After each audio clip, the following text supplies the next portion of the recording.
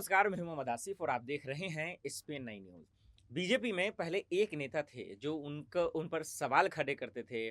उन बीजेपी जो है उन पर उनकी नीतियों पे सवाल खड़े करते थे।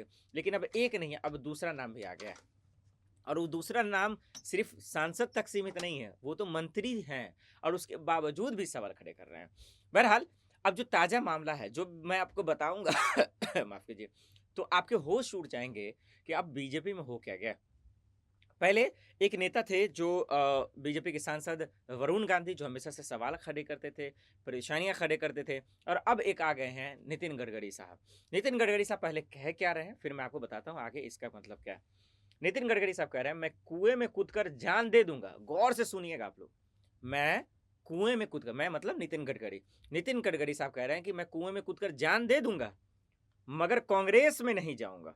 नितिन गडकरी ने ये एक किस्सा भी सुना है नागपुर में। नागपुर के दौरान वो बोल रहे थे, चर्चा कर रहे थे, उस हिसाब से आप समझ सकते हैं कि दरअसल आज कांग्रेस की हालत क्या हो गई है।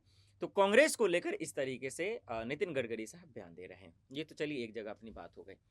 लेकिन दूसरी बात क्या है, वो मैं आप दर्शकों को बताना चाहता हूँ। नितिन गडकरी साहब दरअसल खेल ये है कि जब से संसदीय बोर्ड से उन्हें हटाया गया है, तब से बीजेपी पे सवाल उठा रहे हैं। कह रहे हैं कि बीजेपी सही वक्त पे फैसला नहीं लेती है। साथ ही वो ये भी कहते नजर आ रहे हैं कि दरअसल जो है इशारों-इशारों में उन्होंने कहा कि यूज़ एंड थ्रो की राजनीति चल रही है। तो एक वरुण गांधी जो हमेशा से महँगाई, बेरोजगारी, नौजवानों को लेकर जीएसटी को लेकर, पेट्रोल डीजल के बढ़ते दाम को लेकर, किसानों के मुद्दे को लेकर, हर चीज़ पर वो अपनी राय रखते हैं और बीजेपी से सवाल पूछते हैं।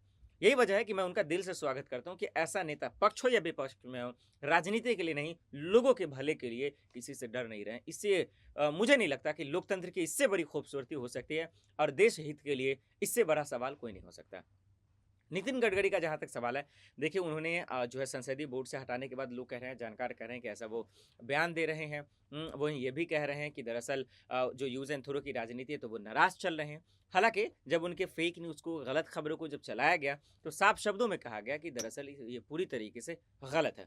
अब ये देखना होगा कि वाक़ई में कांग्रेस की ऐसी हालात जो हो गई है, जिस पे ये नितिन गडकरी साहब ने बयान दिया है, कि इसका जवाब कांग्रेस की तरफ से सोनिया गांधी देंगे, क्या राहुल गांधी देंगे, क्या प्रियंका गांधी देंगे? कैसे देंगे? वो तो खुद ही परेशान है अपने अंतर्कलह को लेकर, तो लाज़मी है कि वो अभी दूसरे पे क्या ध्यान देंगे। लेकिन नितिन गडकरी साहब ने जो बयान दिया है कि भाई कुएँ में कूद जाऊँगा लेकिन कांग्रेस में नहीं जाऊँगा, ये बहुत बड़ा बयान है। ये एक आत्मसम्मान का सवाल है कांग्रेस को लेकर, जो इस वक़्त उससे कांग्रेस उभर नहीं पा रहा है। देखना होगा कि आखिर नितिन गडकरी के इस सवाल का जवाब अब कांग्रेस की तरफ से क्या मिलता है। कांग्रेस में वैसे ही जब से गुलाम नबी आज़ाद का इस्तीफ़ा हुआ है, तब से एक भूचाल मचा हुआ है, जो अब तक वो बहस रुका नहीं है। चलिए आज के लिए इतना ही, मुझे दीजिए इजाज़त और आप देखते रहिए एसपीएन न्यूज़। नमस्कार।